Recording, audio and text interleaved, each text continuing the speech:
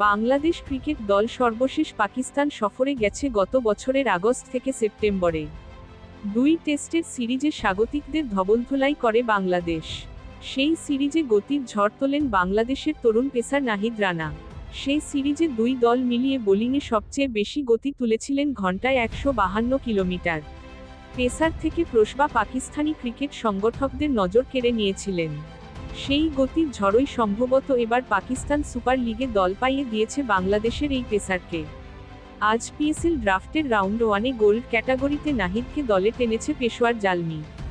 তালাত ও নাহিদ রানাকে নিয়ে gold category শেষ করে পেশোয়ার জালমি।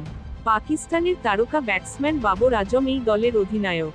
ওয়েস্ট ইন্ডিজের 3 সংস্করণের প্রধান কোচ ড্যারেন স্যামি এই ফ্রাঞ্চাইজি দলেরও প্রধান কোচের দায়িত্বে।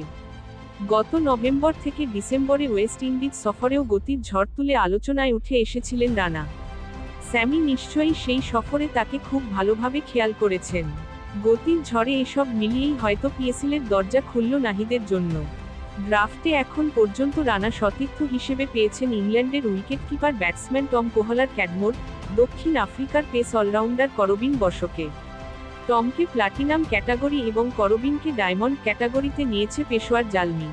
2017 সালে পিএসএল জয়ের পাশাপাশি 2018, 2019 ও 2021 সালে ফাইনালে উঠেছিল জালমি।